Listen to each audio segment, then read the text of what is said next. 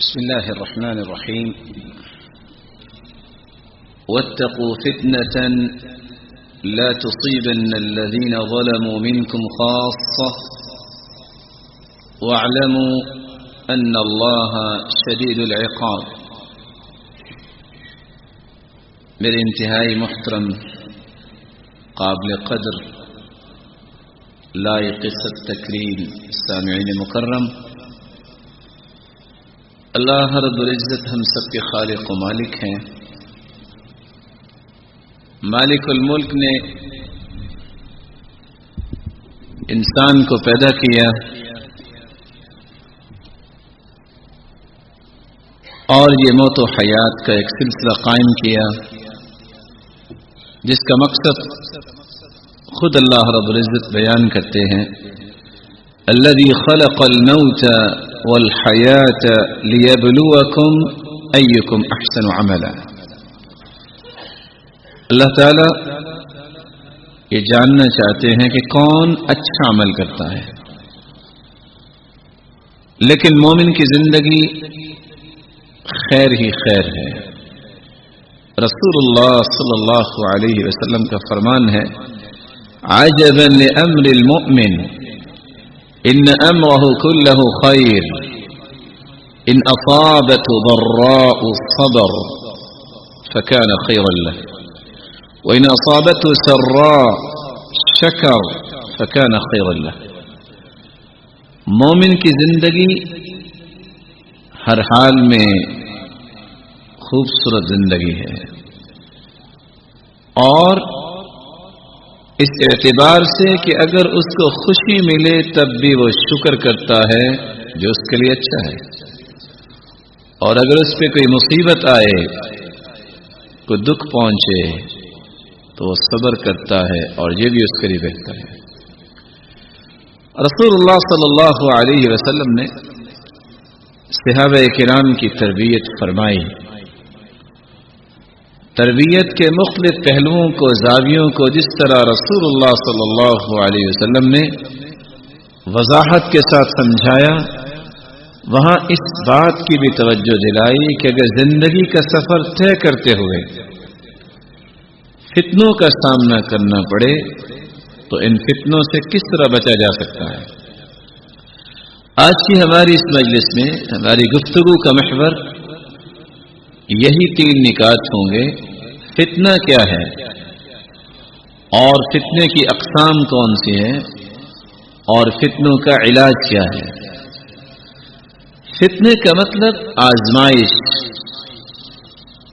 والفتنہ، اور فتنہ یہ ہے ما يبين به حال المرء من الخير والشر، ایسے حالات جس سے انسان کے اندر خیر اور شر کی پہچان ہوتی ہے۔ وَهِيَ مُعَامَلَةٌ تُظْهِرُ الْأُمُورَ الْبَاطِنَةَ، فتنہ جب ہو تب انسان کے باطن کی خبر لوگوں تک پہنچتی ہے۔ انسان آسودگی کی حالت میں تو بہت اچھا نظر آتا ہے، لیکن جب فتنہ ہو تو پھر اس کے حقائق کھلتے ہیں۔ لیکن رسول اللہ صلی اللہ علیہ وسلم نے انتہائی توازن کے ساتھ اور اعتدال کے ساتھ صحابہ کرام کو تربیت دی اور عملاً تربیت دی۔ كان اذا اتاه امر يسر به خر ساجدا لله۔ رسول اللہ صلی اللہ علیہ وسلم نے خوشی کا موقع اور غم کا موقع، ان دونوں مواقع پر عملی تربیت فرمائی۔ آج کتنے لوگ خوشی کا موقع ہوتا ہے تو حدود سے تجاوز کر جاتے ہیں۔ كان اذا اتاه امر يسر به خر ساجدا لله۔ رسول اللہ صلی اللہ علیہ وسلم کو جب خوشی ملتی تو آپ اللہ کے سامنے سجدہ ریز ہو جاتے اور اپنی زبان اطہر سے بیان کرتے: الحمدللہ الذی بنعمتہ تتم الصالحات۔ اے اللہ، تیری ہی تعریف ہے جس کی توفیق سے یہ نیکی یہ خوشی نصیب ہوئی. وَكَانَ إِذَا حَزَبَهُ أَمْرٌ صَلَّى، اور رسول اللہ صلی اللہ علیہ وسلم کو جب کوئی پریشانی ہوتی تو اس وقت بھی آپ اللہ کے سامنے سجدہ ریز ہو جاتے. معیار بتا دیا، بندہ مومن خوشی کی حالت میں بھی اللہ کی طرف رجوع کرے، اور جب اسے دکھ پہنچے تو پھر بھی اللہ کی طرف رجوع کرے. رسول اللہ صلی اللہ علیہ وسلم کا فرمان ہے، بادروا بالاعمال فتنا كقطع الليل المظلم. مسلمانوں عمل کر لو اس سے پہلے کہ فتنے آ جائیں، اور فتنے اس طرح آئیں گے کہ قطع اللیل المظلم، رات کی تاریکی جس طرح بڑھتی اور بڑھتی ہی جاتی ہے، اس طرح فتنے بڑھتے ہی جائیں گے. بلکہ رسول اللہ صلی اللہ علیہ وسلم نے فرمایا، ينسي تاليها ماضيها، ایک فتنہ آئے گا، انسان کہے گا هذه مهلكتي، میں اس فتنے میں ہلاک ہو جاؤں گا. لیکن نیا فتنہ آئے گا، انسان پچھلے فتنے کو بھول جائے گا. فتنوں کی قسمیں علماء نے بیان کی ہیں. فتنۃ الصدر، سینے کا فتنہ. اس وقت امت اسلامیہ کو گھائل کرنے والا فتنہ فتنۃ الصدر، سینے کا فتنہ. وہ سینہ جس میں دل دھڑکتا ہے اللہ کے حکم سے، اسی سینے کے اندر باطل عقائد فتنہ ہے. اسی دل کے اندر بغض اور حسد اور عناد اور عصبیت اور تعصب فتنہ ہے. اور یہ ایک ایسا فتنہ ہے جس کا لقمہ ہر وہ انسان بن جاتا ہے جس کے اندر منہجی مضبوطی نہ ہو. سینہ بے کینہ. اللہ کو دل وہ پسند ہے جس کے اندر کینہ و بغض نہ ہو. ان اللہ لا ينظر الى صوركم واموالكم ولكن ينظر الى قلوبكم واعمالكم. اللہ تعالیٰ تمہاری شکلوں کو نہیں دیکھتے. اللہ رب العزت نے تو خود بنایا ہے. نہ تمہارے مال و دولت کو دیکھتے ہیں کہ کون ہے جس کے پاس مال زیادہ ہے. اللہ رب العزت کی مبارک نظریں پڑتی ہیں تو تمہارے دلوں پہ پڑتی ہیں، اور تمہارے اعمال کو اللہ تعالیٰ دیکھتے ہیں. رسول اللہ صلی اللہ علیہ وسلم نے فتنوں میں فتنۃ عمیاء و صماء، ایسے فتنے کا بھی تذکرہ کیا جس میں انسان اندھا اور بہرا ہو جاتا ہے، اس کو سمجھ ہی نہیں آتی کہ وہ کیا کرے. فتنۃ المحیا والممات، موت و حیات کا فتنہ. زندگی کا فتنہ یہ ہے کہ انسان اپنی زندگی کے زاویوں کو شہوتوں اور خواہشات کے سپرد کر دے اور اللہ کی شریعت کی پرواہ نہ کرے. اور موت کا فتنہ یہ ہے انسان کا خاتمہ بالخیر نہ ہو بلکہ خاتمہ بالسوء ہو، اس کا آخری وقت برائی کی حالت میں آئے اور قبر کے عذاب میں پھنس جائے. فتنۃ الشبہات، فتنۃ الشہوات، شبہات کا فتنہ. جس کو اللہ کے دین پر یقین نہیں وہ بھٹکتا ہی رہتا ہے. جس کو کتاب و سنت کی بالادستی اور کتاب و سنت پر یقین نہیں وہ ہمیشہ بھٹکتا ہی رہتا ہے. اس لیے قرآن مجید نے اس کا علاج بیان کیا ہے. إِن يَتَّبِعُونَ إِلَّا الظَّنَّ وَمَا تَهْوَى الْأَنفُسُ، وہ اتباع کرتے ہیں گمان کی، خواہشات کی.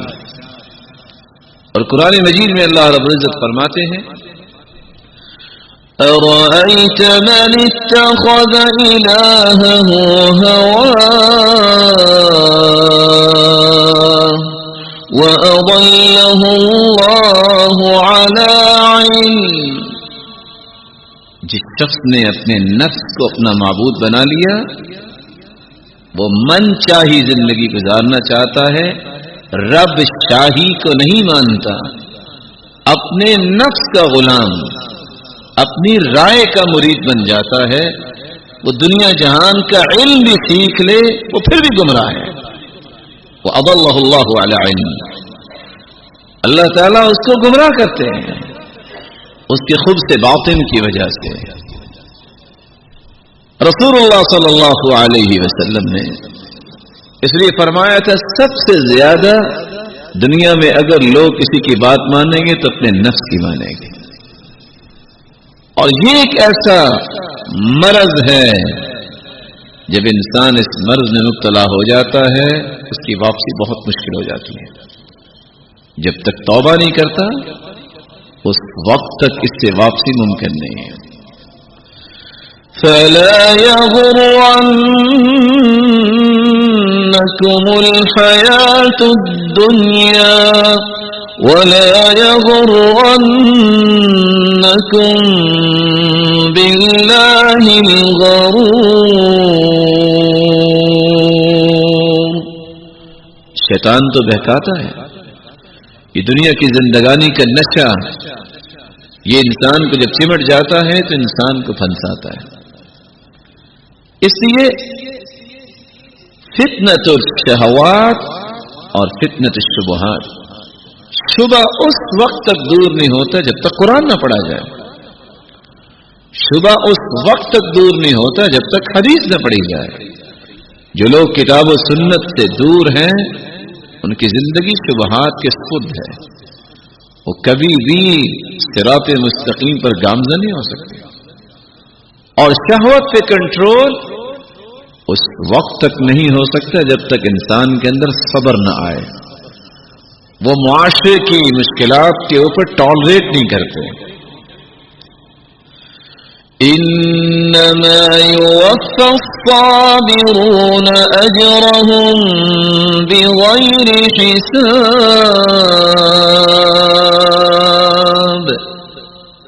صبر کرنے والوں کو اللہ رب العزت دگنا اجر دیں گے۔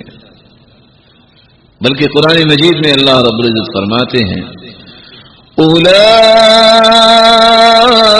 أولئك يجزون الغرفة بما صبروا ويلقون فيها تحية وسلاما خالدين فيها حسنت مستقرا ومقاما۔ جو لوگ صبر کرتے ہیں قیامت کے دن جنت کے بالا خانے اللہ تعالیٰ نے ان کے لیے بنائے ہیں۔ وَيُلَقَّوْنَ فِيهَا تَحِيَّةً وسلاما، اور اللہ کی نورانی فرشتے ان کو سلام پیش کریں گے۔ خالدین فیہا، ہمیشہ ہمیشہ اس جنت میں رہیں گے۔ حسنت مستقرا ومقاما، اور اس سے اچھا مقام اور جگہ کون سی ہو سکتی ہے؟ اللہ تعالی ہمارے نصیب میں فرمائے۔ فتنۃ الحرج، رسول اللہ صلی اللہ علیہ وسلم نے فرمایا انسان شبہات اور شہوتوں کے فتنے سے بچے، وہاں قتل و غارت کا فتنہ قیامت کے نزدیک زیادہ ہوگا۔ یتقارب الزمان، وقت میں بے برکتی آ جائے گی۔ وَيُقْبَضُ الْعِلْمِ وَيَكْثُرُ الْحَرَجِ، رسول اللہ صلی اللہ علیہ وسلم نے فرمایا علم اٹھا لیا جائے گا۔ وَيَظْهَرُ الْجَهْلِ، جہالت عام ہو جائے گی۔ وَيَكْثُرُ الْفِتَنِ، فتنے زیادہ ہو جائے گی۔ وَيَكْثُرُ الْحَرَجِ، اور حرج زیادہ ہو جائے گا۔ قِيلَ مَا الْحَرَجِ قَالَ الْقَتْلُ، پوچھا گیا کہ حرج کیا ہے؟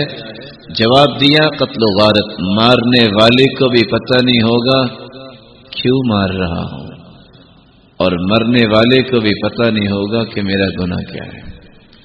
آج اس انسان کی قیمت ختم ہو گئی، سبب کیا ہے؟ فتنہ ہے۔ اور انسانیت حقائق سے دور ہو گئی ہے۔ رسول اللہ صلی اللہ علیہ وسلم نے ان فتنوں میں ایک فتنہ عورت کا بھی فتنہ بیان کیا ہے۔ ما تركت بعدي فتنة أضر على الرجال من النساء، ما تركت بعدي فتنة أضر على الرجال من النساء، عورتوں سے بڑھ کے مردوں کے لیے میرے بعد کوئی فتنہ نہیں ہوگا۔ اس لیے رسول اللہ صلی اللہ علیہ وسلم نے فرمایا تھا المرأة عورة، عورت پردے کا نام ہے۔ وأقرب ما تكون المرأة من رحمة ربها إذا كانت في قعر بيتها، اور عورت اللہ کی رحمت کے قریب اس وقت ہوتی ہے جب وہ گھر میں قرار پکڑتی ہے۔ وقرن في بيوتكن ولا تبرجن تبرج الجاهلية الأولى، اور کیا فرمایا؟ فإذا خرجت من بيتها استشرفها الشيطان، جب وہ گھر سے نکلتی ہے تو شیطان اس کو گمراہ کرنے کے لیے اس کے پیچھے چلتا ہے۔ اور یہ صرف عورت کے لیے نہیں بلکہ رسول اللہ صلی اللہ علیہ وسلم نے مرد کو بھی یہ تعلیم دی۔ فرمایا طوبى لمن ملك لسانه ووسع بيته وبكى على خطيئته، سعادت مند وہ ہے جو شخص اپنی زبان پہ کنٹرول کر لے اور اپنے گھر میں قرار پکڑے، ضرورت ہو تو پھر نکلے، وبكى على خطيئته، اور اپنے گناہوں پہ شرمندہ اور نادم ہو کے اللہ کے سامنے رو کے معافی مانگ لے۔ رسول اللہ صلی اللہ علیہ وسلم سے جب سوال کیا گیا، عقبہ بن عامر رضی اللہ تعالی عنہ فرماتے قلت من نجات کس میں ہے؟ قال املك عليك لسانك وليسعك بيتك وابكي على خطيئتك، نجات کے طالب ہو زبان پہ کنٹرول کر لو، گھر میں قرار پکڑو اور اپنے گناہوں پہ نادم ہو کہ اللہ سے معافی مانگو۔ اس لیے عکاف بن بشیر التمیمی بیان کرتے ہیں جب ایک شخص آیا تو اللہ کے رسول صلی اللہ علیہ وسلم نے پوچھا هل لك من زوجہ، شادی شدہ ہو؟ قال لا۔ رسول اللہ صلی اللہ علیہ وسلم نے دوسرا سوال کیا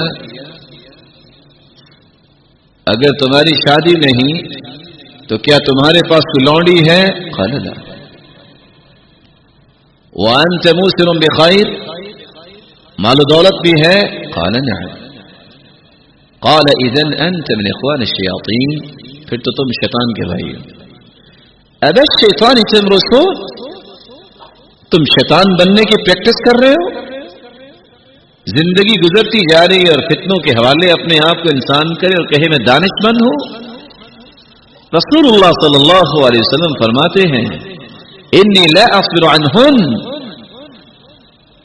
اور فرمایا دنیا کے اندر مجھے پسندیدہ چیزیں ہیں الطیب وجعلت قرۃ عینی فی الصلاۃ والمرأة الصالحة، نیک عورت، خوشبو اور نماز کو میری آنکھوں کی ٹھنڈک بنا دیا گیا۔ لو كنت في النصارى لكنت من رهبانهم، کس طرح ڈرایا، اگر تم عیسائیوں میں ہوتے تو تم پادری ہوتے۔ تمہیں پتہ نہیں شیطان سب سے زیادہ خیانت کے لیے تیار کرتا ہے تو ان لوگوں کو جو رسول اللہ صلی اللہ علیہ وسلم کی سنت نکاح کو پسند نہیں کرتے۔ النکاح سنتی فمن راغب عن سنتی فلیس منی، نکاح یہ میری سنت ہے اور جو میری سنت سے اعراض کرتا ہے اس کا تعلق میرے ساتھ نہیں۔ فتنۃ المال والاولاد، اولاد بھی فتنہ اور مال بھی فتنہ، کب؟ جب وہ انسان کو اللہ سے دور کر دے۔ ان لكل امة فتنة وفتنة امتی المال، ہر امت کا ایک فتنہ ہے لیکن میری امت کا فتنہ مال ہے۔ اور حالت یہ ہوگی یصبح مؤمنا ويمسي كافرا ويمسي مؤمنا ويصبح كافرا، یبیع دینہ بعرض من الدنیا، حالت یہ ہوگی قیامت کے نزدیک انسان صبح کے وقت مومن ہوگا اور شام کے وقت کافر ہو جائے گا. شام کو مومن ہوگا، صبح کو کافر ہو جائے گا. کیوں؟ یبیع دینہ بعرض من الدنیا، دنیا کے چند ٹکوں کی وجہ سے اپنے دین کو بیچ دے گا. اور اس وقت دنیا کے اندر سب سے بڑا فتنہ وہ فتنہ ہے جس کا قرآن نے تذکرہ کیا ہے. وَقَاتِلُوهُمْ حَتَّى لَا تَكُونَ فِتْنَةٌ وَيَكُونَ الدِّينُ لِلَّهِ.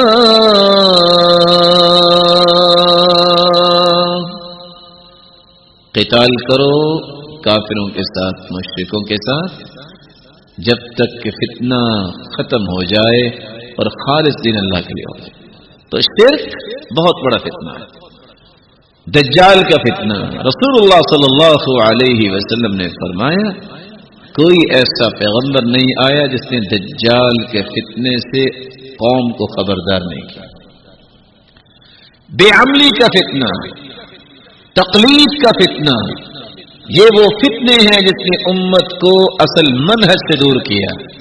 صحیح بخاری کی روایت ہے، رسول اللہ صلی اللہ علیہ وسلم نے فرمایا جب انسان فوت ہو جاتا ہے، قبر میں چلا جاتا ہے، تو فرشتے سوال کرتے ہیں من ربک، تیرا رب کون ہے؟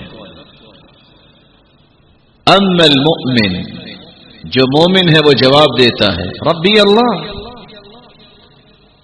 ماذا تقول في هذا الرجل الذي بعث فيكم، کیا کہتے ہو اس پیغمبر کے بارے میں جس کو مبعوث کیا گیا؟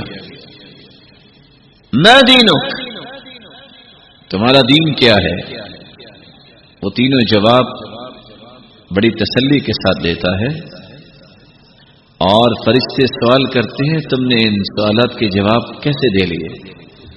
وہ کہتے قرأت القرآن وعملت بما فيه وصدقت، میں نے قرآن پڑھا، عمل کیا، اس کی تصدیق کی اور جواب کی. اللہ تعالیٰ نے توفیق دے دی.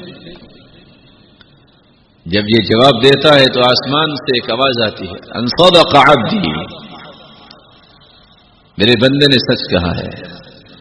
البسوه لباس الجنہ وافرشوا له فراش الجنہ وافتحوا له بابا الى الجنہ.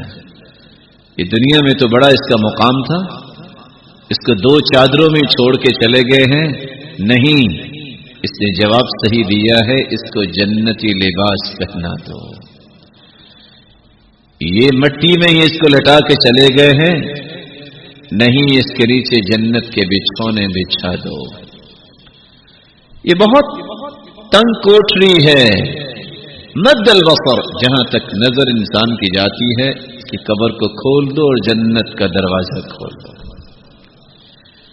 وَأَمَّا الْمُنَافِقُ وَأَمَّا الْكَافِرُ أَوْ الْمُرْتَابُ أَوْ الْمُنَافِقُ كَمَا فِي رِوَايَةٍ أُخْرَى، جو کافر اور منافق اور شک کرنے والا ہوتا ہے، فرشتے سوال کرتے ہیں من ربک، کہتے ہاں لا ادری، كأنه يتذكر شيئا ولم يذكر. وہ ہاں کیوں کہتا ہے؟ سوچتا ہے یہ کلمہ تو میں نے سنا تھا رب، لیکن یاد نہیں آیا.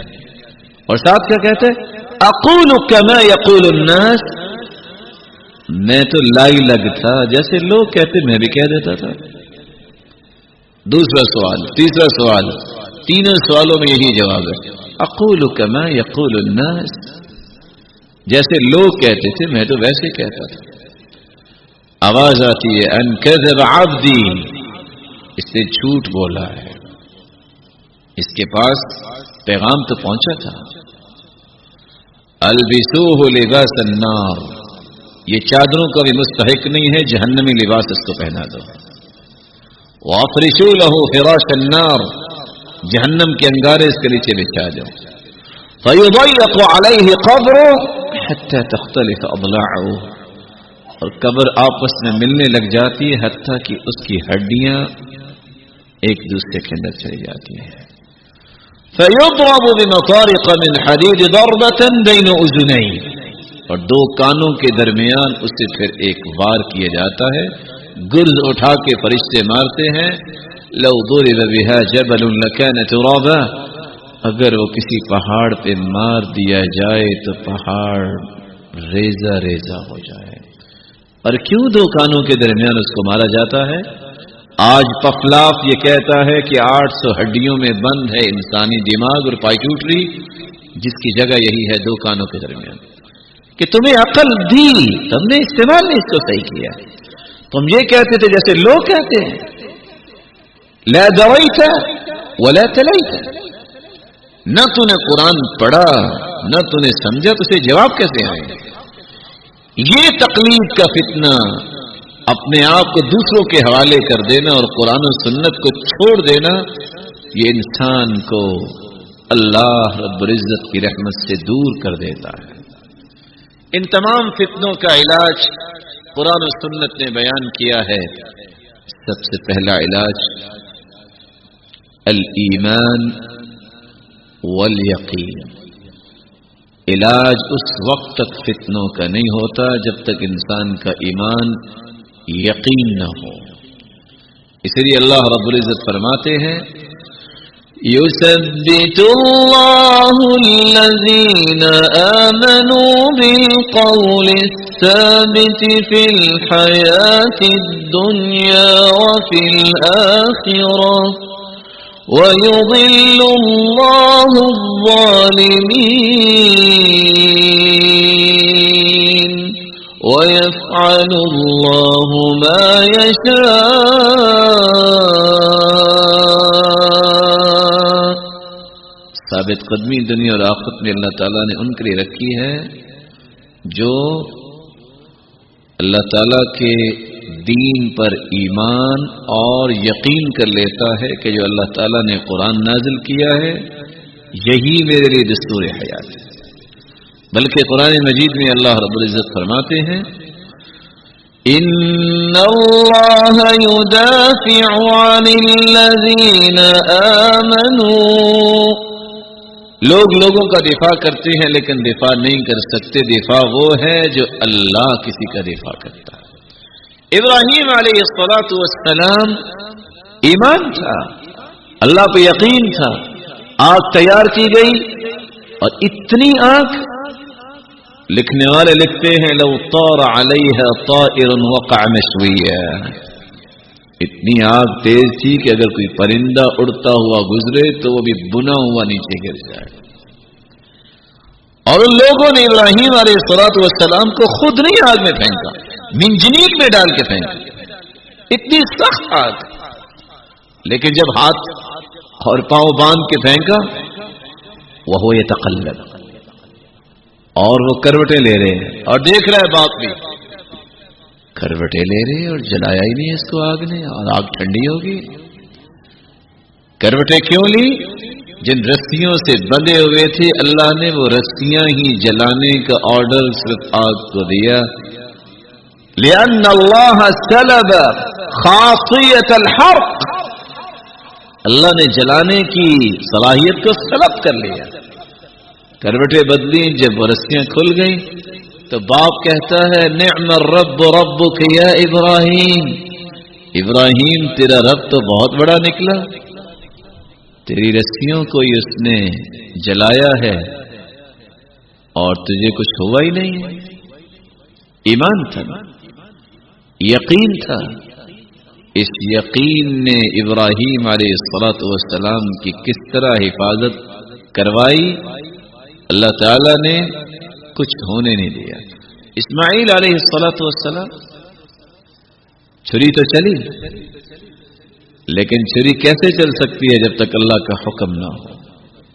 اللہ تعالی نے سلب خاصیت القطع، کاٹنے کی صلاحیت ہی چھری سے چھین لی. مخلوق کس طرح وہ کاٹ سکتی تھی؟ اور اللہ تعالیٰ نے ایک جانور کا بندوبست کیا جو رہتی زندگی تک سنت بن گئی، قربانی کی. ایمان اور یقین. دوسرا علاج تقوی اللہ. جب تک انسان کے اندر تقوی نہ ہو، اللہ کا خوف نہ ہو، فتنوں کا مقابلہ نہیں ہو سکتا۔ یہ خشیت الہی انسان کو مضبوط کرتی ہے، یہی اصل طاقت ہے۔ اور خوف بھی ہو تو ابو بکر صدیق رضی اللہ تعالی عنہ جیسا درخت کے سامنے کھڑے ہیں اور رو رہے ہیں اور کہہ رہے ہیں یا لیتنی کنت شجرۃ تعضد ثم تؤکل، کاش میں ایک درخت ہوتا، مجھے کاٹ کے جانوروں کے سامنے ڈال دیا جاتا اور میرا کل کو حساب نہ ہوتا۔ کون ہے افضل الامت بعد نبیها؟ اس امت میں سب سے افضل رسول اللہ صلی اللہ علیہ وسلم کے بعد، اور جس کے لیے جنت کے 8 دروازے کھول دیے جائیں گے۔ عمر رضی اللہ تعالی عنہ رو رہے ہیں، 22 لاکھ مربع میل کے فاتح۔ اخذ تبنا فقال یا لیتنی کنت تبنا، دھاگے کو اٹھاتے ہیں اور کہتے ہیں کاش میں دھاگا ہوتا، میرا کل قیامت کے دن حساب نہ ہوتا۔ یا لیتنی لم تلدنی امی، کاش میری ماں نے مجھے جنا نہ ہوتا۔ اور عائشہ رضی اللہ تعالی عنہا جس کو جبریل سلام کہا، عائشہ رضی اللہ تعالی عنہا جس نے رو رو کے اپنا دوپٹہ، اس کے آنسوؤں سے تر ہے، پوچھنے والے نے پوچھا کیا ہوا، اور ہاتھ میں درخت کا ایک پتا ہے اور کہتی ہیں یا لیتنی کنت ورقۃ من هذه الشجرہ، کاش میں بھی اس پتے کی طرح ہوتی، کوئی جانور کھا لیتا اور قیامت کے دن مجھے حساب نہ دینا پڑتا۔ خوف ایسا، بکریوں کے چرواہے سے عبداللہ ابن مسعود رضی اللہ تعالی عنہ نے کہا ایک جانور مجھے دے دو اور اس کی قیمت لے لو۔ کہا نہیں، میرے مالک نے منع کیا ہے۔ کہا مالک کون سا دیکھ رہا ہے؟ تم کہنا بھیڑیا کھا گیا ہے۔ کہا میرا مالک تو نہیں دیکھ رہا، لیکن میرے مالک کا مالک تو دیکھ رہا ہے۔ مراقبت اللہ، اللہ کی مراقبت جب انسان کو نصیب ہو جاتی ہے، اللہ کا خوف، تو پھر اللہ رب العزت فتنوں سے نکلنے کے راستے بنا دیتے ہیں۔ وَمَن يَتَّقِ اللَّهَ يَجْعَل لَّهُ مَخْرَجًا وَمَن يَتَّقِ اللَّهَ يَجْعَل لَّهُ مِنْ أَمْرِهِ يُسْرًا۔ جب تقوی انسان کو نصیب ہو جاتا ہے تو اللہ نکلنے کے راستے بنا دیتے ہیں، اللہ تعالیٰ مشکلات کو آسانیوں میں بدل دیتے ہیں۔ اس لیے علی رضی اللہ تعالی عنہ فرمایا کرتے تھے تقوی حقیقت میں ہے کیا؟ تقوی 4 ستونوں پہ اس کی عمارت کھڑی ہوتی ہے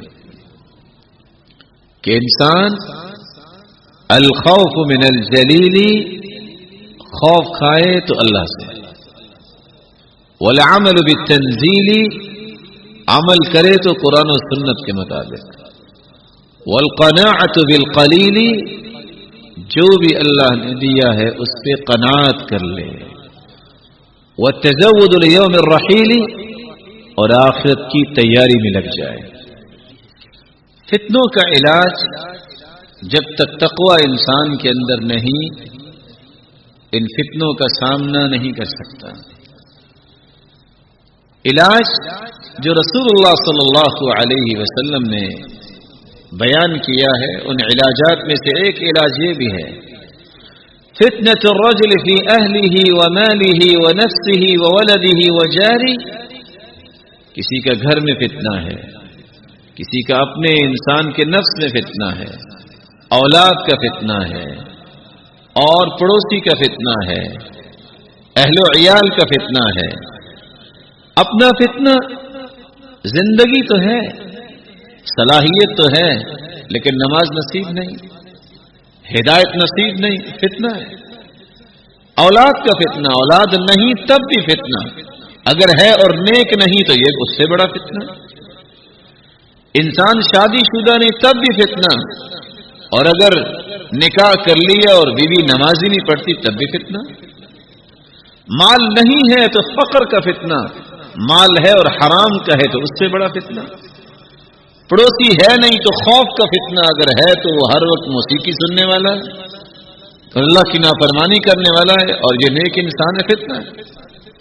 ان فتنوں کو دور کیسے کر سکتا ہے انسان؟ یکفرہ الصیام والصلاة والصدقہ والامر بالمعروف والنہی عن المنکر۔ نماز کی پابندی، روزے رکھنا، صدقات اللہ کی راہ میں پیش کرنا، نیکی کا حکم کرنا اور برائی سے منع کرنا۔ چوتھا علاج، انسان جب اللہ کے سامنے توبہ کرتا ہے تو اس کے اندر طاقت آ جاتی ہے، استغفار کرتا ہے تو اللہ تعالیٰ اس کو فتنوں سے نجات دے دیتے ہیں۔ الی قوتکم، اللہ تعالیٰ قوتوں میں اضافہ فرما دیں گے۔ جب تک انسان اللہ کے سامنے اپنے گناہوں کی توبہ نہیں کرتا یہ کمزوری رہتا ہے۔ اس لیے رسول اللہ صلی اللہ علیہ وسلم نے فرمایا تھا، من اکثر الاستغفار جعل اللہ له من كل هم فرجا ومن كل ضيق مخرجا ورزقه من حيث لا يحتسب۔ جو کثرت سے استغفار کرتا ہے اللہ تعالیٰ اس کی تنگی کو آسانی بنا دیتے ہیں، مصیبت کو خوشی بنا دیتے ہیں، اور وہاں سے رزق عطا کرتے ہیں جہاں سے اس کو گمان بھی نہیں ہوتا۔ اور نوح علیہ الصلوۃ والسلام کی بات،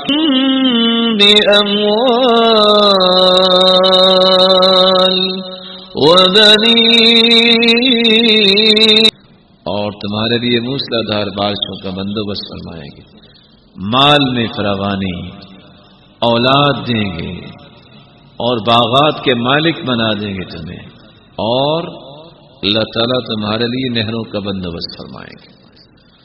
پانچواں علاج، جب تک انسان اللہ کا ذکر نہیں کرتا اس کے اندر طاقت نہیں آتی۔ ذکر کرنے والا اپنے آپ کو مضبوط کر سکتا ہے، فتنوں کا مقابلہ کر سکتا ہے۔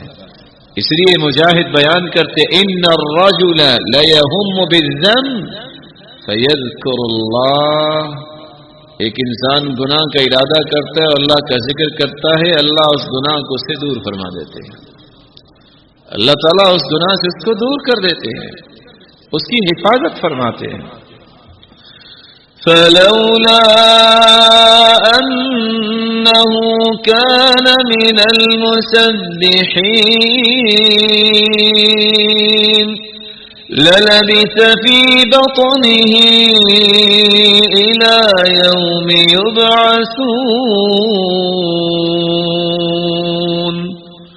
یونس علیہ السلام کس طرح 3 اندھیروں میں تھے، مچھلی کے پیٹ کا اندھیرا، پانی کا اندھیرا، رات کا اندھیرا، فی ظلمات 3، لیکن وہاں اللہ تعالیٰ نے ان کو نجات کیسے دی؟ فلولا انه كان من المسبحين للبث في بطنه الى يوم يبعثون۔ اگر وہ اللہ تعالیٰ کی تسبیح بیان کرنے والے نہ ہوتے تو قیامت تک مچھلی کے پیٹ میں ہی رہتے۔ فتنوں کا علاج، جہاں میرے معزز اور محترم بھائیوں تقویٰ ہے، اللہ کا ذکر ہے، توبہ ہے، نیکی کا حکم کرنا اور برائی سے منع کرنا ہے، ایمان و یقین ہے، وہاں دعا، اس سے بھی انسان فتنوں سے بچ سکتا ہے۔ قرآن مجید میں اللہ رب العزت فرماتے ہیں، وَذَا النُّونِ إِذ ذَّهَبَ مُغَاضِبًا فَظَنَّ أَن لَّن نَّقْدِرَ عَلَيْهِ فنادى في الظلمات أن لا إله إلا أنت سبحانك إني كنت من الظالمين. یونس علیہ السلام جب اللہ کی اجازت کے بغیر چلے گئے اور فتنے میں پھنس گئے، انہوں نے دعا کی لا الہ الا انت سبحانک انی کنت من الظالمین. اتنا یہ مبارک کلمہ ہے، لم يدع بها رجل قط الا استجاب اللہ لذلك. اللہ رب العزت سے جو بھی یہ دعا کرتا ہے لا الہ الا انت سبحانک انی کنت من الظالمین، اللہ تعالیٰ اس کو محروم نہیں کرتے اور اس کو عطاؤں سے نواز دیتے ہیں. دعا انسان کے لیے بہت بڑا اسلحہ ہے. الدعاء بین الاذان والاقامت لا ترد. اذان اور اقامت کے درمیانی وقفہ بہت مبارک وقت ہے، جو بھی دعا کی جائے وہ رد نہیں ہوتی. دعا جب انسان سحری کے وقت اگر اسے نصیب ہو جائے، ينزل ربنا تبارك وتعالى كل ليلة إلى السماء الدنيا حين يبقى ثلث الليل الآخر. اللہ رب العزت آسمان دنیا پہ نزول فرماتے ہیں جیسا کہ اس کی شان کو لائق ہے، جب رات کا تہائی حصہ باقی رہ جاتا ہے. اور اللہ رب العزت فرماتے ہیں من يدعوني فاستجیب له. کون ہے جو دعا کرنے والا ہے میں اس کی دعا کو قبول کرتا ہوں. من يسألني فأعطيه. کون ہے جو مجھ سے مانگتا ہے میں اسے عطا کر دوں. من يستغفرني فأغفر له. کون ہے جو گناہوں کی بخشش طلب کرتا ہے میں اسے معاف کر دوں. ان ربكم حي كريم يستحيي من عبده اذا رفع يديه اليه ان يردهما صفرا خائبتين. گناہ انسان کرتا ہے جس کی وجہ سے آزمائشیں آتی ہیں، لیکن جب ہاتھ اٹھا لیتا ہے انسان اللہ کے سامنے تو اللہ رب العزت کے پیارے پیغمبر فرماتے ہیں اللہ کو حیا آتی ہے، میرے بندے نے ہاتھ اٹھا لیے ہیں اب میں خالی واپس لوٹا دوں. نہیں، اللہ تعالیٰ عطائیں فرماتے ہیں. صبر یہ بھی فتنے کا علاج ہے. کس طرح یوسف علیہ السلام نے صبر کیا، کس طرح اللہ پہ توکل اور بھروسہ اور اعتماد کیا، اس صبر کا نتیجہ کیا نکلا. کس طرح بھائیوں کے تھپیڑے کھاتے ہوئے کنویں میں پھینک دیے گئے اور اللہ رب العزت نے کنویں سے نکال کے مصر کے تخت سے بٹھا دیا. اور اللہ تعالیٰ کا یہ وعدہ ہے جو صبر کرتا ہے میں اس کی مدد ضرور کرتا ہوں. وَلَأَنصُرَنَّكَ وَلَوْ بَعْدَ حِينٍ. جو صبر کرتا ہے اللہ کی مدد اترتی ہے. وَجَعَلْنَاهُمْ أَئِمَّةً يَهْدُونَ بِأَمْرِنَا لَمَّا صَبَرُوا وَكَانُوا بِآيَاتِنَا يُوقِنُونَ. کائنات کے اندر مضبوطی کے دو ہی طریقے ہیں، ایک یقین اللہ تعالیٰ کی ذات پہ ہو جائے اور دوسرا صبر انسان کے اندر آ جائے تو انسان کے اندر قوت پیدا ہوتی ہے. انسان فتنوں سے بچ سکتا ہے اور فتنوں کا مقابلہ کر سکتا ہے. رسول اللہ صلی اللہ علیہ وسلم نے کس طرح صبر اور استقلال کا مظاہرہ کیا. لوگوں نے دیوانہ بھی کہا، لوگوں نے نہ جانے کیا کچھ کہا، یہاں تک کہ ایسے بھی بدبخت لوگ تھے منہم من سبہ ومنہم من حثا علیہ التراب ومنہم من تفل فی وجہہ. کیسے بدبخت، کسی نے مٹی اٹھا کے پھینکی، کسی نے گالی دی اور کسی نے توہین کرنے کے لیے آپ کی طرف منہ کر کے تھوکنا بھی پسند کیا. اللہ تعالیٰ نے ان کو نیست و نابود تو کر دیا، لیکن رسول اللہ صلی اللہ علیہ وسلم نے اپنے مشن کو نہیں چھوڑا. آپ کے سر مبارک سے خون، آپ کے ہونٹوں سے خون، آپ کے کندھے سے خون، جو رکبتو آپ کے گھٹنے سے خون، لیکن رسول اللہ صلی اللہ علیہ وسلم کی زبان اقدس نے کیا بولا؟ رب اغفر لقومی فانہم لا یعلمون. اے اللہ میری قوم جانتی نہیں، اے اللہ معاف کر دے. فرشتے کو اللہ تعالیٰ نے بھیجا ان شئت ان اطبق بین الاخشبین، ان اطبق، میں اس قوم کو جو آپ کو تنگ کر رہی ہے، اللہ نے حکم دیا ہے کہ دو پہاڑوں کے درمیان ان کو پیس کے رکھ دوں۔ قال لا، میں اس بات کو پسند نہیں کرتا۔ ارجو ان یخرج اللہ من اصلابہم من یعبدون، میں تو اس مشن پہ کام کر رہا ہوں کہ یہ نہیں مانتے ان کی پشتوں سے نکلنے والی اولاد تو کم از کم اللہ کو ماننے والی بن جائے۔ صبر انسان کو کندن بناتا ہے، بے صبری انسان کو زنگ آلود کر دیتی ہے۔ اللہ رب العزت ہمارے اندر بھی تحمل اور بردباری پیدا فرمائے۔ اور یاد رکھنا، دنیا کے اندر قیادت اور لیڈرشپ اس انسان کو نصیب ہوتی ہے جس کے اندر برداشت کا مادہ ہو۔ جانتے ہیں احنف ابن قیس کو؟ جب عرب کے لوگ اس کو اپنا سردار بنانے لگے تو کسی نے کہا آج اس کو دیکھے تو صحیح، اس کے اندر حلم اور بردباری کتنی ہے۔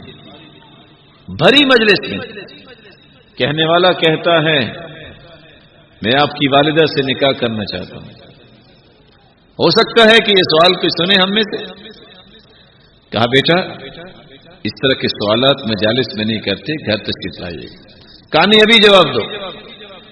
کہا بیٹا میرا مشورہ ہے کہ تم میری والدہ سے شادی نہ کرو، وہ بوڑھی عورت ہے اور آپ کی خدمت نہیں کر سکے گی، اور آپ جوان ہو، آپ کو خدمت کی ضرورت ہے۔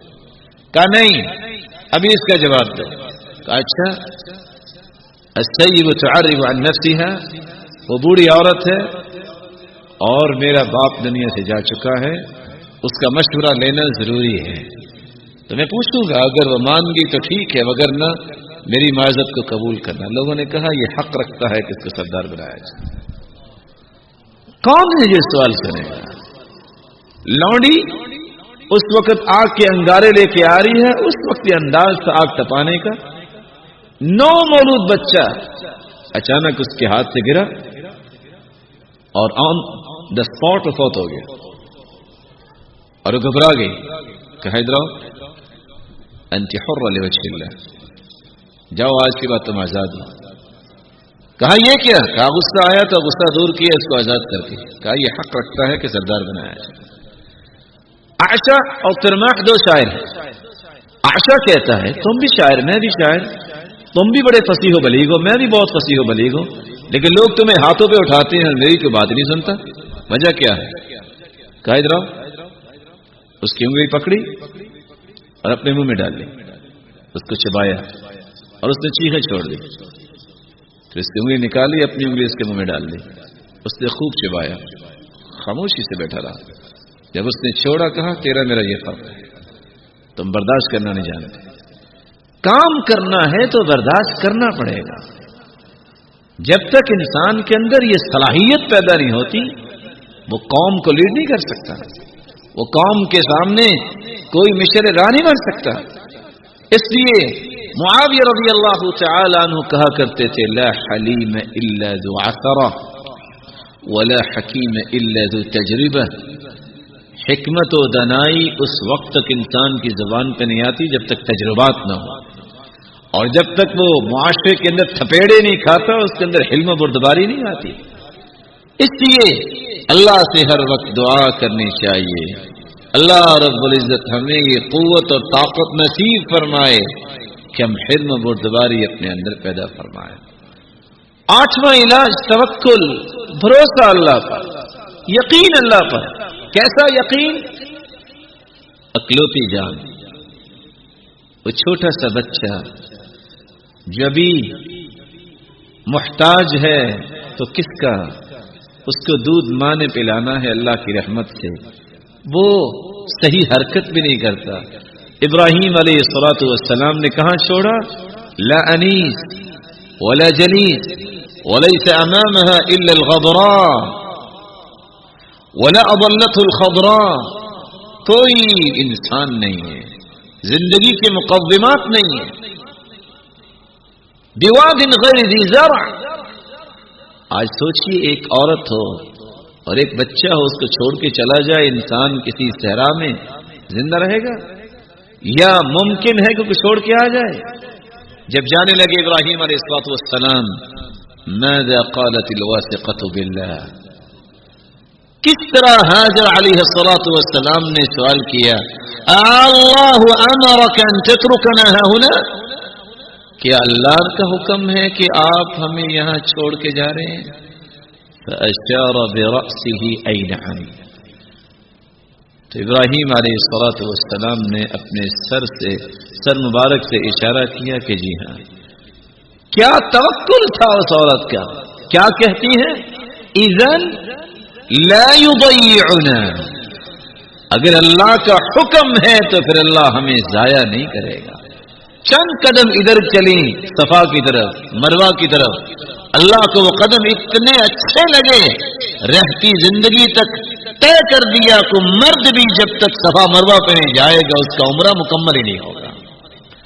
توکل یہ انسان کو فتنوں سے بچاتا ہے۔ اللہ پہ بھروسہ، اللہ پہ اعتماد، ہوگا وہ جو میرا رب چاہے گا۔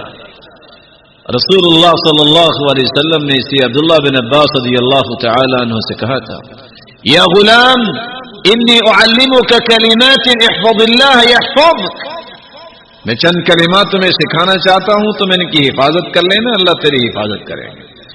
لو ان الامہ اجتمعت على ان ينفعوك بشيء لم ينفعوك الا قد كتبه الله لك، پوری کائنات تجھے نفع دینا چاہے نفع نہیں دے سکتی جب تک تیرا رب نہیں چاہے گا۔ ولو انهم اجتمعوا على ان يضروك بشيء لم يضروك بشيء الا قد كتبه الله عليك، پوری کائنات اگر تمہیں نقصان دینے کے لیے جمع ہو جائے تو تجھے نقصان نہیں دے سکتی جب تک تیرا رب نہیں چاہے گا۔ رسول اللہ صلی اللہ علیہ وسلم نے فتنوں کا نواں علاج بیان کیا ہے، الوقایۃ من الفتن، فتنوں سے انسان کو بچنا بھی چاہیے۔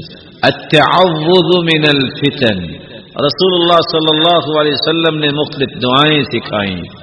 عمر رضی اللہ تعالی عنہ فرماتے ہیں دعا کیا کرتے رضینا باللہ ربا وبالاسلام دینا ونعوذ باللہ من سوء الفتن، نعوذ باللہ من الفتن ما ظہر منها وما بطن، اے اللہ ہم تجھے رب مان کے راضی، تیرے پیغمبر کو سچا پیغمبر مان کے راضی، اے اللہ ہمیں فتنوں سے بچا، ظاہری فتنوں سے بھی بچا اور باطنی فتنوں سے بھی بچا۔ اور نماز کے اندر انسان دعا کرتا ہے وَأَعُوذُ بِكَ مِن فِتْنَةِ الْمَحْيَا وَالْمَمَاتِ وَأَعُوذُ بِكَ مِن فِتْنَةِ الْمَسِيحِ الدَّجَّالِ، یہ دعائیں جب انسان یاد کرتا ہے اور پڑھتا ہے اللہ تعالیٰ فتنوں سے اس انسان کی حفاظت کر لیتے ہیں۔ رسول اللہ صلی اللہ علیہ وسلم نے فرمایا ان السعید لمن جنب الفتن، ان السعید لمن جنب الفتن، ان السعید لمن جنب الفتن ثلاثا ولمن ابتلی فصبر، تین مرتبہ فرمایا سعادت مند وہ ہے جو فتنوں سے بچا لیا جائے اور فتنوں سے بچا لیا جائے، اور اگر فتنہ آ جائے تو پھر اللہ تعالیٰ اس کو صبر کی توفیق عطا فرمائے۔ اثنان یکرہہما ابن آدم، دو چیزوں کو آدم کی اولاد پسند نہیں کرتی، یکرہ الموت والموت خیر من الفتنہ، موت کو ناپسند کرتا ہے اور موت فتنے سے بہتر ہے، فتنے سے انسان کا دین بگڑنے کا خطرہ ہوتا ہے، موت سے کم از کم ایمان کی حالت میں اللہ کے پاس تو چلا جائے گا۔ وَيَكْرَهُ قِلَّةَ الْمَالِ وَقِلَّةُ الْمَالِ أَقَلُّ لِلْحِسَابِ، انسان قلت مال کو ناپسند کرتا ہے لیکن اس کو پتہ نہیں مال جتنا کم ہوگا حساب بھی تھوڑا ہی ہوگا۔ اللہ رب العزت مال دے تو سب کو حلال اور وافر مال عطا فرمائے، اور اللہ رب العزت ایسے مال سے پناہ دے جو انسان کے لیے فتنہ بنے۔ اس لیے رسول اللہ صلی اللہ علیہ وسلم دعا کیا کرتے تھے اللہم انی اعوذ بک من خلیل ماکر عینہ ترانی وقلبہ یرعانی، اے اللہ میں ایسے دوست سے پناہ مانگتا ہوں۔ آپ نے بھی دنیا میں دیکھا ہوگا کچھ لوگ آپ کے ساتھ ساتھ ہوتے ہیں، جھوٹے دانت بھی نکالتے ہیں، لیکن عینہ ترانی، آنکھ تو دیکھتی ہے، وقلبہ یرعانی، ای یتجسس ویتقطع، اس کا جی چاہتا ہے، دل کیا چاہتا ہے کہ کہیں یہ میرے قابو آ جائے تو میں اس کو مار ڈالوں، اس کے ٹکڑے کر دوں۔ ایسے دوست سے اے اللہ میں تیری پناہ مانگتا ہوں۔ وَأَعُوذُ بِكَ مِن زَوْجَةٍ تُشَيِّبُنِي قَبْلَ الْمَشِيبِ، اللہ مجھے ایسی بیوی سے بھی پناہ دے جو بڑھاپے سے پہلے مجھے بوڑھا کر دے۔ وَأَعُوذُ بِكَ مِن وَلَدٍ يَكُونُ عَلَيَّ فِتْنَةً، ایسی اولاد سے بھی مجھے پناہ دے جو میرے لیے فتنے کا باعث بن جائے۔ وَمِن مَالٍ يَكُونُ عَلَيَّ وَبَالًا، ایسے مال سے بھی میں تیری پناہ مانگتا ہوں جو میرے لیے وبالی بن جائے۔ جو حرام کا مال ہے وہ وبال جان ہوتا ہے۔ نعم المال الصالح للرجل الصالح ولا بأس بالغنى لمن اتقى الله عز وجل، مال وہی ہے جو کسی نیک انسان کے پاس ہو، جتنا بھی ہو نعمت ہے۔ تقوی جب انسان کے پاس ہو تو جتنا بھی مال ہو وہ نعمت ہے، لیکن اگر اللہ کا خوف نہیں، اللہ کی عبادت کا اسے خیال نہیں تو یہ مال اس سے کیا فائدہ دے گا؟ قیامت کے دن یہ مال اس کے کام نہیں آئے گا۔ یوم لا ينفع مال ولا بنون إلا من أتى الله بقلب سليم، نہ قیامت کو اولاد کام آئے گی نہ مال کام آئے گا۔ اس دن کام آئے گا تو انسان کا وہ دل جو سلیم ہے، ایسا دل جس میں اللہ کی یاد ہے، جو اللہ رب العزت کے خوف سے لبریز ہے۔ اللہ ایسا دل ہم سب کو عطا فرمائے۔ امام بخاری رحمۃ اللہ علیہ نے اس لیے صحیح بخاری میں باب باندھا ہے، باب التعرض فی الفتن، الوقایۃ من الفتن، جہاں فتنوں کا علاج کرتے ہیں وہاں فتنوں کی جگہوں سے اپنے آپ کو بچاتے ہیں، وہاں فتنوں سے بچنے کی کوشش کرتے ہیں۔ ایک انسان کو پتا ہے کہ وہ انسان ہے، وَمَا سُمِّيَ الْإِنسَانُ إِلَّا لِنَفْسِهِ، انسان بھول جاتا ہے۔ ایک انسان کو پتا ہے کہ میں فتنے میں پڑ سکتا ہوں، وہ ایسی جگہوں پہ کیوں جاتا ہے جہاں فتنہ ہے؟ کیوں اپنا امتحان کرتا ہے؟ کیوں اپنے آپ کو فتنوں کے لیے پیش کرتا ہے؟ آج کی نوجوان نسل یہ سمجھتی ہے کہ ہم بہت پڑ گئے، جس طرح چاہے ہم آزادی سے، رات کی تاریکی ہو یا دن کا اجالا ہو، کمپیوٹر پہ بیٹھے، لیپ ٹاپ پہ بیٹھے، اور آج تو ہاتھوں میں یہ سارا فتنہ آ گیا۔ جب چاہیں، جیسے چاہیں، جو چاہیں دیکھیں، ہم آزاد ہیں۔ مسلمان کی آزادی تو اللہ نے نہیں دی، آزاد یہ ہے انسان کہ وہ آزادی سے اللہ کی عبادت کرے۔ ایک شخص جس کے پاس دین کی بنیاد نہیں ہے، بیس نہیں ہے، خوف نہیں ہے، اور اس نے دین پڑھا نہیں ہے، وہ مختلف سائٹس کھول کے بیٹھ جائے وہ فتنے سے بچ جائے گا۔ آنن فانن اس کے ایمان کو کچلنے کے لیے ہزاروں راستے ہیں۔ مسلمان کو اپنی آزمائش نہیں کرنی چاہیے۔ اس لیے رسول اللہ صلی اللہ علیہ وسلم کے صحابی نے کیا کیا؟ سلمہ بن اکوع نے یہاں تک کہ مدینہ چھوڑ دیا، ربضہ چلے گئے۔ باب التعرض فی الفتن، فتنوں سے بچنے کے لیے صحابی نے وہ جگہ چھوڑی کہ یہاں لڑائیاں شروع ہو گئی ہیں، میں کہیں اس فتنے میں نہ آ جاؤں، اور ربضہ جگہ پہ چلے گئے۔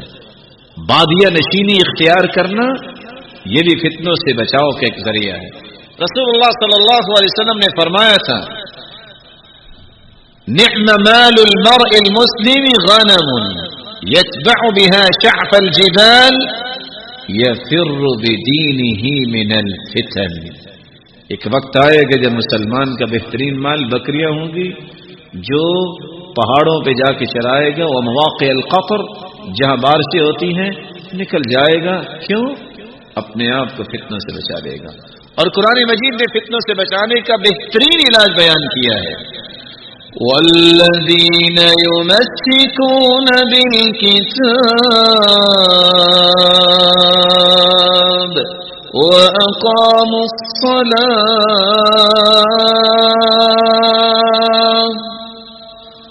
وآتوا الزكاة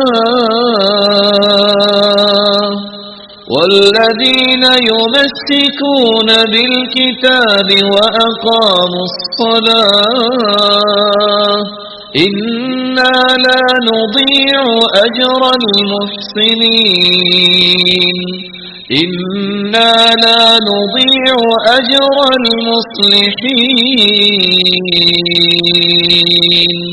کتاب و سنت جو تھام لیتا ہے، نماز کی پابندی کر لیتا ہے، یہ خود سے بہت بڑی طاقت ہے.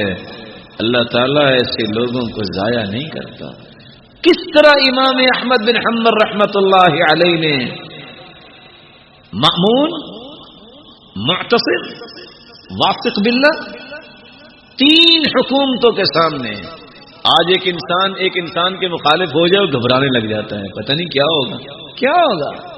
ایک انسان سے گھبرا رہے ہو، 2 سے 10 سے 3 حکومتیں مخالف ہیں، لیکن کس طرح انہوں نے ثابت قدمی دکھائی. امام احمد بن حنبل رحمۃ اللہ علیہ، اور اتفاق سے جب وہ اٹھتے تھے تو کہا کرتے تھے غفر اللہ لأبی الہیثم، اللہ تعالیٰ ابو الہیثم کو معاف کرے. کسی نے پوچھا یہ کون ہے جس کے لیے آپ اتنی دعا کرتے ہیں؟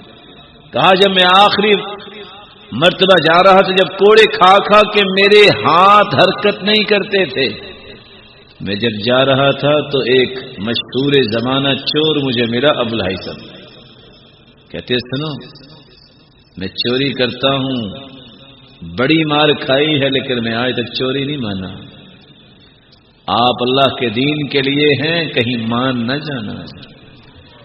اس چور کی اس بات نے مجھے مضبوطی دی جس کے لیے وہ دعا کیا کرتے تھے.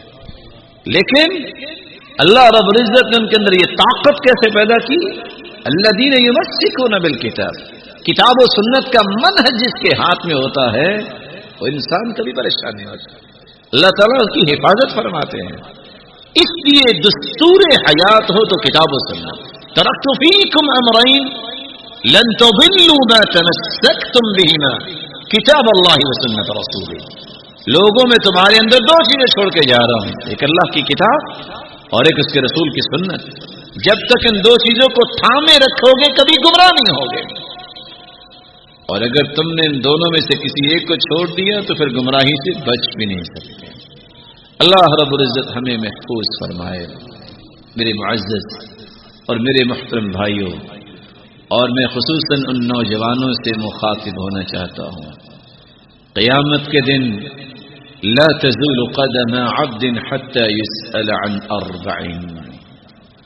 انسان حرکت نہیں کر سکے گا جب تک 4 سوالوں کا جواب نہیں دے دے گا. عن علمه ما عمل به، عن علمه ما عمل به. اے بندے بتاؤ جو کچھ تو نے سیکھا، سنا، پڑھا، اس کے مطابق عمل کتنا کیا. وعن شبابه فيما ابلى. اے نوجوان تجھے جوانی کی نعمت سے نوازا گیا تھا، تو نے یہ جوانی خرچ کہاں کی. وعن ماله من اين اكتسب. مال تیرے پاس آیا تو کہاں سے آیا تھا. وفيما انفقه. بتاؤ یہ مال جب مل گیا تجھے تو تو نے خرچ کہاں کیا. کیا جواب ہوگا ان نوجوانوں کا جن نوجوانوں نے اپنی زندگیوں کو بغیر کسی مقصد سے گزارنا پسند کر لیا. اور عبداللہ بن مسعود رضی اللہ تعالی عنہ کہا کرتے تھے انی لاکرہ الرجل اذا كان فارغا لا من عمل الدنيا ولا من عمل الاخرہ.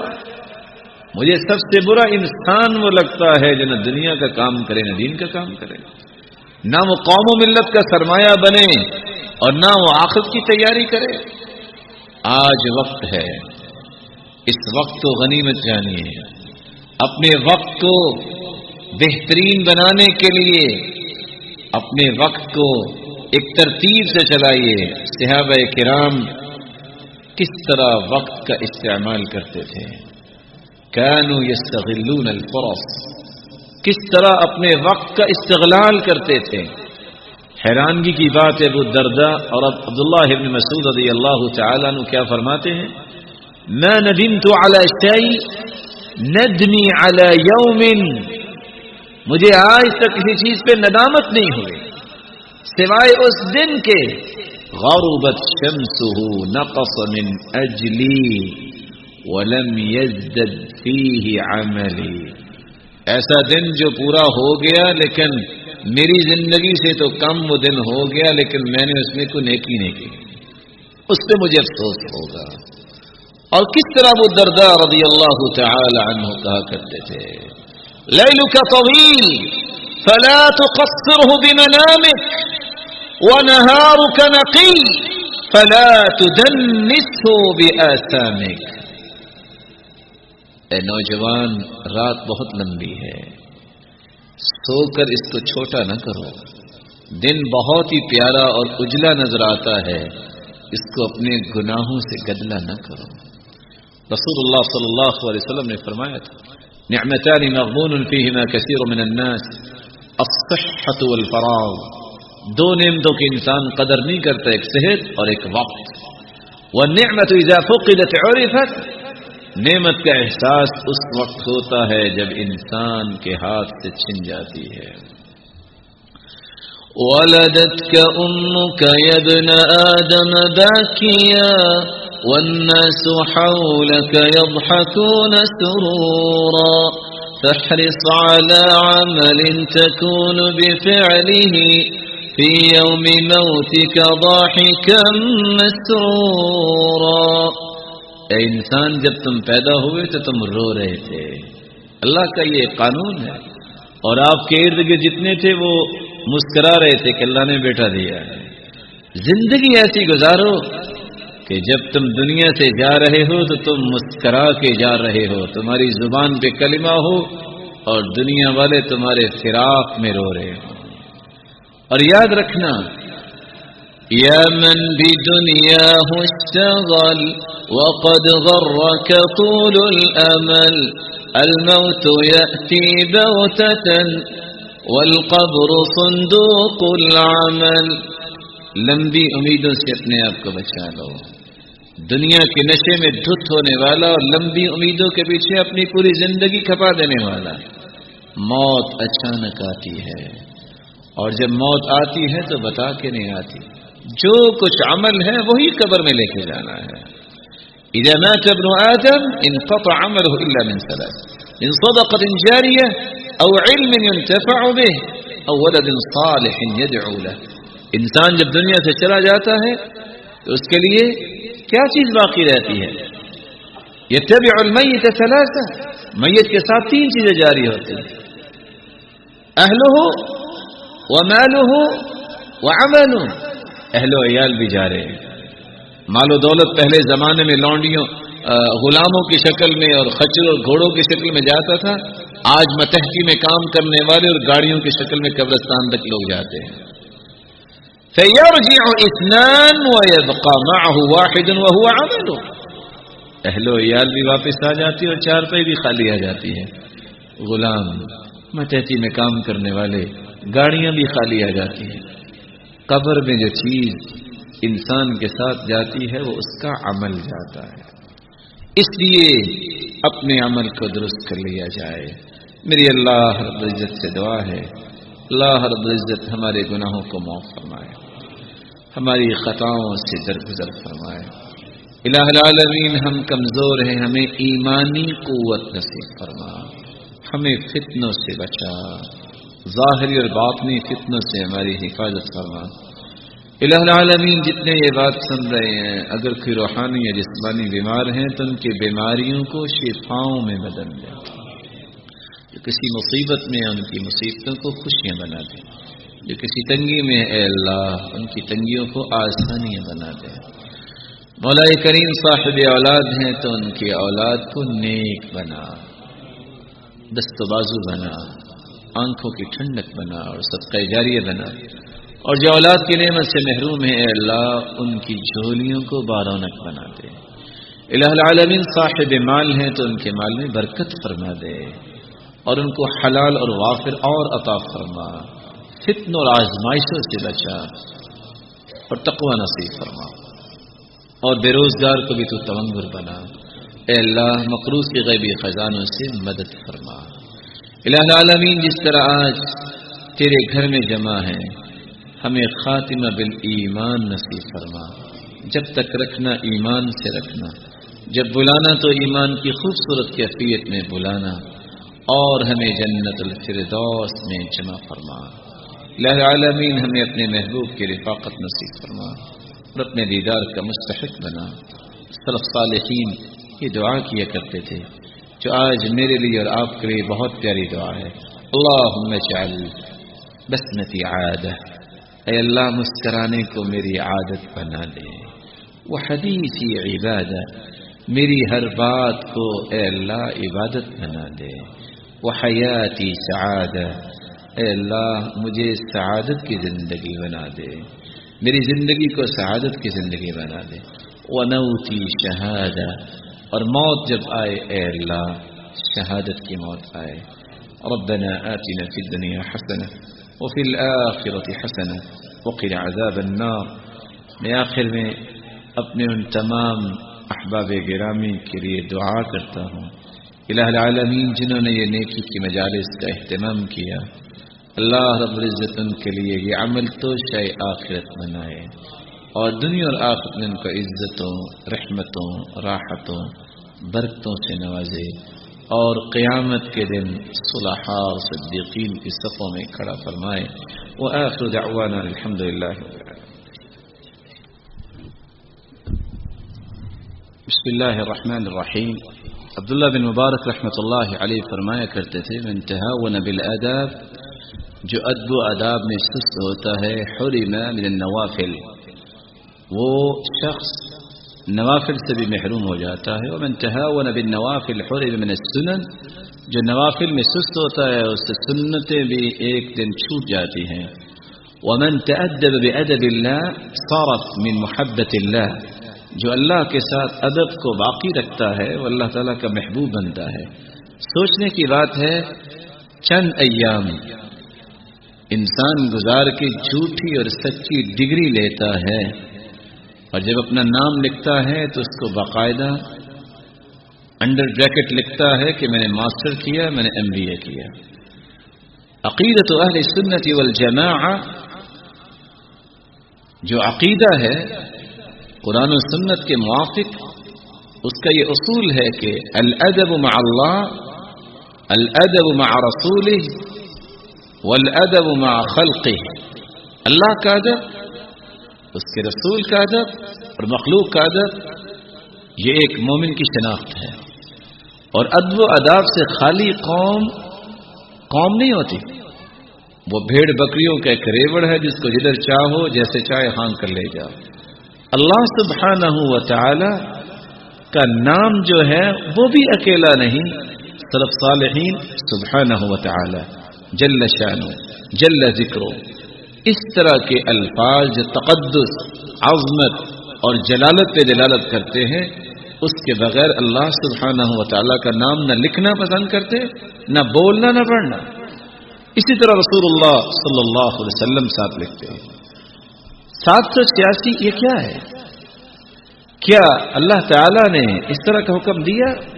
یہ رسول اللہ صلی اللہ علیہ وسلم نے جتنے بھی خطوط لکھے، کیا رسول اللہ صلی اللہ علیہ وسلم نے اس کو استعمال کیا؟ اسی طرح رسول اللہ صلی اللہ علیہ وسلم کا نام لکھا جاتا ہے، لوگ سواد لکھ دیتے ہیں یا سلام لکھ دیتے ہیں۔ ابخل الناس من ذکرت عنده فلن يصلي علیہ، سب سے بڑا بخیل وہ ہے جس کے سامنے میرا نام لیا جائے اور درود نہ پڑھے۔ کیا کبھی اپنے نام کے سامنے بھی اس طرح لکھا ہم نے؟ سابقے اور لاحقے کتنے لکھتے ہیں؟ کہ رسول اللہ صلی اللہ علیہ وسلم کی عظمت اتنی کو ہے کہ میرے قلم کی وہ سیاہی قلم کے لیے سعادت ہے کہ وہ محمد مصطفیٰ کا نام لکھے صلی اللہ علیہ وسلم۔ وہ ورق کتنا خوش نصیب ہے جس سے محمد مصطفیٰ صلی اللہ علیہ وسلم کا نام لکھا جائے، اور ہم وہ قلم کی سیاہی بچاتے ہوئے اور ورق بچاتے ہوئے پورا نام ہی لکھتے نہیں ہیں۔ صحابی کا نام آتا ہے تو را اور ضاد ڈال دیتے ہیں، رضی اللہ عنہ ارضا والترضی عن اصحابی، اللہ کے رسول صلی اللہ علیہ وسلم کے صحابہ کے بارے میں رضی اللہ عنہ ارضا یہ لکھنا چاہیے. اس لیے 786 ہوا. اور کچھ لوگ اس طرح کے کلمات جو لکھتے ہیں اس کی بجائے بسم اللہ الرحمن الرحیم رسول اللہ صلی اللہ علیہ وسلم کی جو سنت ہے اس سنت پہ اختیار کرنا چاہیے. جہاں بھی لکھے اللہ کا نام پورا لکھے یا بسم اللہ الرحمن الرحیم. سب سے پہلی بات ائمہ اربع رحمت اللہ علیہم، یہ ہمارا موقف ہے. جتنے بھی نیک لوگ دنیا سے جا چکے ہوتے ہیں اور ان کی نیکی دنیا میں پھیلی، ان کے لیے دعا کرنی چاہیے. صرف 2 باتیں زندگی میں یاد رکھیے گا. امام ابو حنیفہ رحمت اللہ علیہ،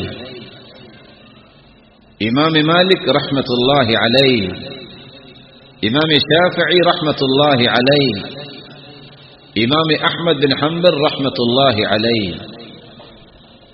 امام ابو حنیفہ رحمت اللہ علیہ کہا کرتے تھے اذا صح الحدیث فهو مذهبی، جب صحیح حدیث ہو تو میرا مذہب ہے. صحیح بخاری کی روایت ہے اذا قال الامام غیر المغضوب علیہم ولا الضالین فقولوا آمین. جب امام غیر المغضوب علیہم ولا الضالین کہے تو تم آمین کہو. اصح الکتب بعد کتاب اللہ العزیز، قرآن مجید کے بعد سب سے صحیح ترین کتاب صحیح بخاری ہے. وكان اذا كبر للصلاة كان اذا قام الى الصلاة كبر ورفع يديه حذو منكبيه. ایک نہیں 210 روایتیں، اور یہ روایت جو میں کوٹ کر رہا ہوں صحیح بخاری کی ہے. رسول اللہ صلی اللہ علیہ وسلم جب نماز کے لیے کھڑے ہوتے اللہ اکبر کہتے اور دونوں ہاتھوں کو کندھوں کے برابر لے جاتے. امام شافعی کہتے ہیں اذا صح الحدیث فهو مذهبی، یہ صحیح حدیث ہے میرا مذہب ہے. اور امام مالک رحمت اللہ علیہ فرماتے ہیں کہ ہر وہ بات جو کتاب و سنت کے مخالف ہے اس کو دیوار پہ مارو.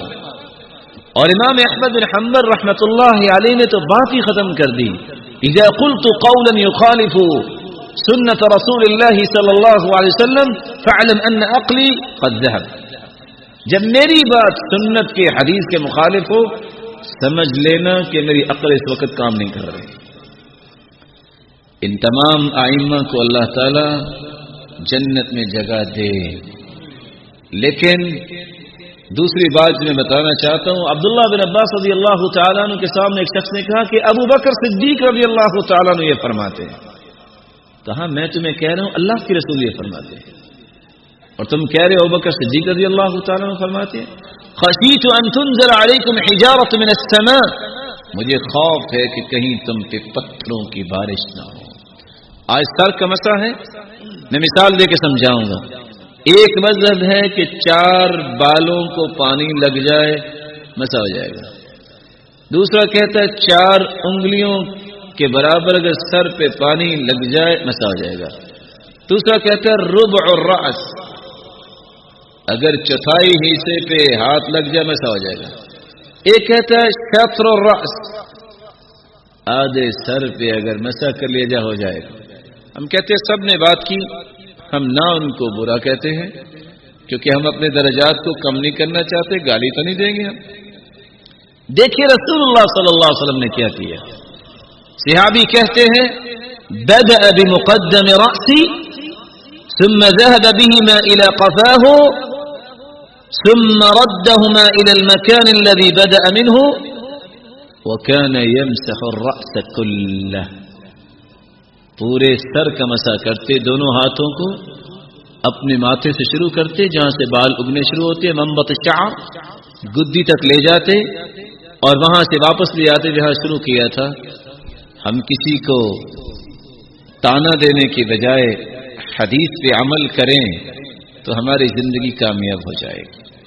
اس لیے ائمہ کرام رحمت اللہ علیہم کے بارے میں کوئی بات نہیں ہم کرتے، لیکن وہ بات جو کتاب و سنت کے مخالف ہوگی کوئی بھی نہیں مانے گا.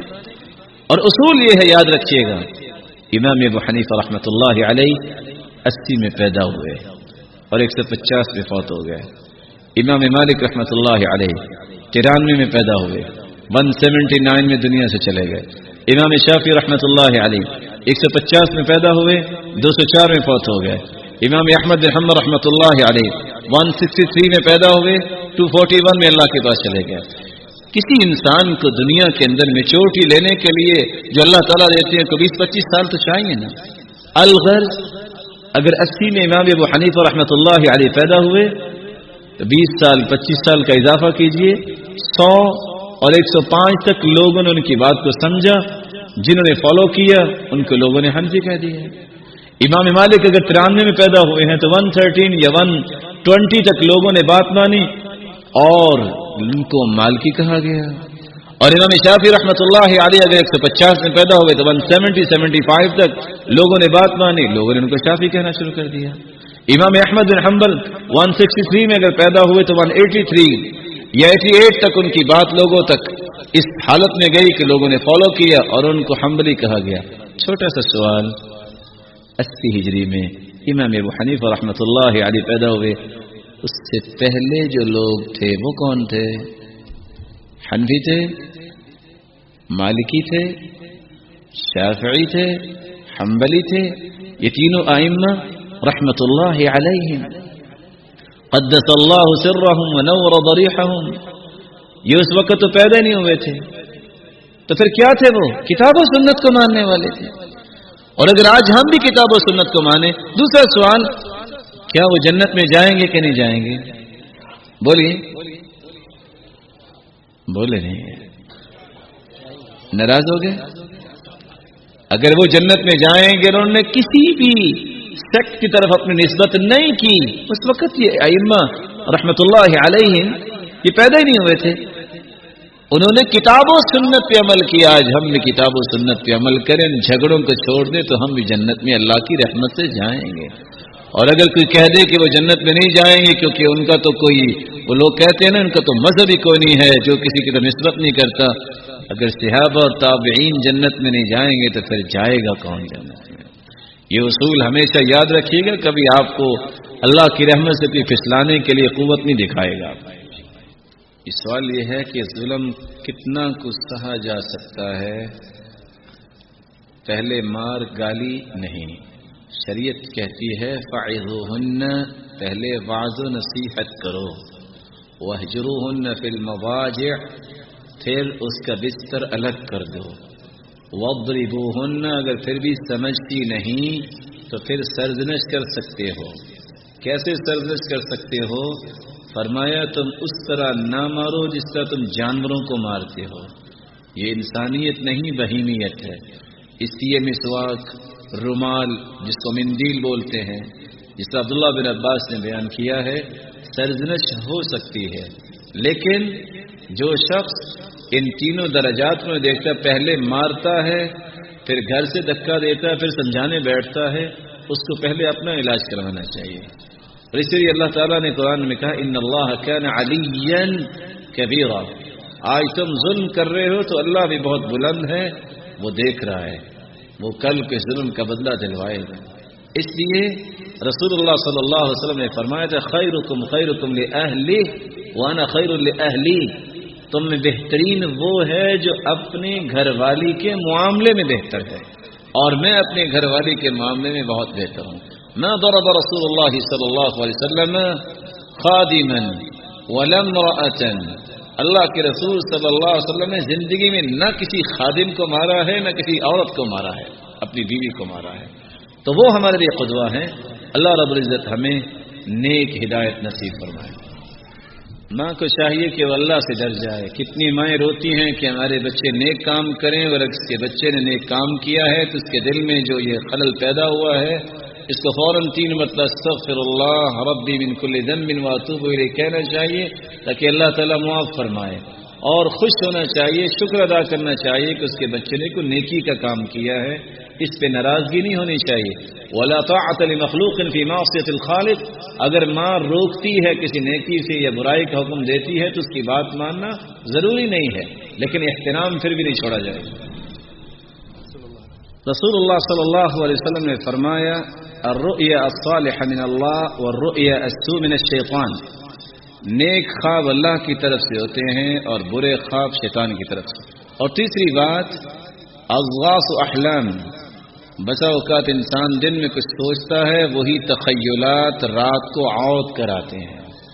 اس لیے اگر اچھا خواب ہو تو وہ بھی کسی کو نہ بتائے الا علی عالم او ناصح، کسی عالم ربانی کو اور جو صحیح نصیحت کرنے والا ہے. اور برا خواب آئے تو سب سے پہلا کام یہ کرے کہ اٹھ کے بائیں طرف منہ کر کے 3 مرتبہ تذکارے اور اعوذ باللہ من الشیطان الرجیم پڑھے اور صدقہ دے تاکہ اللہ تعالیٰ ہر قسم کی برائی سے بچائے. رہا خواب تو اس کے بارے میں میرے پاس کوئی علم نہیں کہ اس کا مفہوم کیا ہے. میں دعا یہ کرتا ہوں کہ اللہ تعالیٰ اس بہن کے لیے خیر فرمائے. سانپ جب نظر آتا ہے اس کا مطلب یہی ہوتا ہے کہ انسان کسی ایسے مصیبت میں گر رہا ہے جس مصیبت کو بچانے کا ایک ہی طریقہ ہے کہ وہ نماز کی جو سستی ہے وہ چھوڑ دے. اگر نماز میں سستی ہے تو اس کو چھوڑ دے. اور امام ذہبی رحمۃ اللہ علیہ نے قصہ نقل کیا ہے. کیا قصہ نقل کیا؟ جب ایک بھائی بہن کو دفن کرنے گیا تو اس کی کچھ نقدی قبر میں گر گئی. قبر بند کی، کہتا ابھی بند کی ہے، کھول کے نکال لیتا ہوں. جب کھولی قبر فإذا القبر يشتعل عليها نارا، پوری قبر آگ سے بھری ہوئی تھی. ففزع الرجل الى بيتي، وہ شخص بھاگا اپنے گھر کی طرف، کہتا یا امّا اخبرینی ماذا تفعل اختی، بتاؤ میری بہن کیا کرتی تھی. تو کہا کچھ بھی نہیں. کہا نہیں بتاؤ. تو جواب کیا ملا؟ وہی التي تتهاون بالصلاة، وہ نماز میں جان بوجھ کر سستی کرتی تھی اور لیٹ کرتی تھی. اللہ رب العزت حفاظت فرمائے. اور اگر پابندی ہے تو الحمدللہ اللہ کا شکر کرے، اور اگر کسی قسم کی سستی ہے تو وہ دور کرنی چاہیے. نہا رسول اللہ صلی اللہ علیہ وسلم عن الاغلاطات، ایسے سوالات سے رسول اللہ صلی اللہ علیہ وسلم نے منع کیا ہے کہ اس کا دینی فائدہ نہ ہو. اگر ذکر کیا گیا ہے تو کیا نقصان ہوا ہے؟ اب لی 5 لفظ سے 50 نیکیاں مل گئی ہیں. اللہ تعالیٰ نے اس کا تذکرہ کیا ہے. لا يسأل عما يفعل وهم يسألون، اللہ تعالیٰ نے جو بھی کیا ہے اس کے بارے میں پوچھا نہیں جا سکتا. اس لیے سوال، حسن السؤال نصف الجواب، اچھا سوال آدھا جواب ہوتا ہے. والسائل تعنتا لا يستحق الجواب، اور امام نووی فرماتے ہیں جو کسی کے علمی پیمائش کرنے کے لیے سوال کیا جائے اس کا جواب ضروری نہیں ہوتا. اس لیے کچھ لوگ سوال کرتے ہیں آدم کا نکاح کس نے پڑھایا، ابھی تو بھی شک ہو گیا. کچھ لوگ پوچھتے ہیں اچھا جی پھر وہ زلیخا کی شادی ہوگی تھی بلا یوسف کے ساتھ، اگر ہوگی تھی تو پھر آپ کو کیا فائدہ، آپ نے کو ولیمہ کھانے جانا ہے.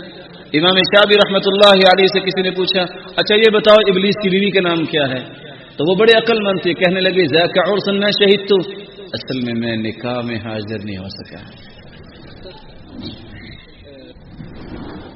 2 باتیں ہیں. سب سے پہلے اذان میں سب سے پہلا کلمہ جو حدیث میں آیا ہے وہ کیا ہے؟ اللہ اکبر، اللہ بڑا ہے. تو جو اللہ کی کبریائی کو ختم کرنا چاہے کسی اور کلمے کا اضافہ کرتا ہے وہ ٹھیک کرتا ہے؟ سوچیے، اللہ اکبر، اللہ بڑا، یہی تو اذان ہے کہ اللہ کی کبریائی کا اعلان ہے.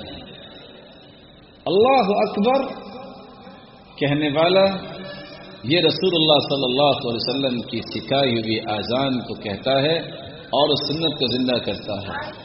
اور جو محبت کا دعویٰ کرنے کے باوجود اللہ کی کبریائی کو بیان نہیں کرتا اور اس سے پہلے کلمات کا اضافہ کرتا ہے، اس کو اپنے ایمان کے بارے میں سوچ لینا چاہیے.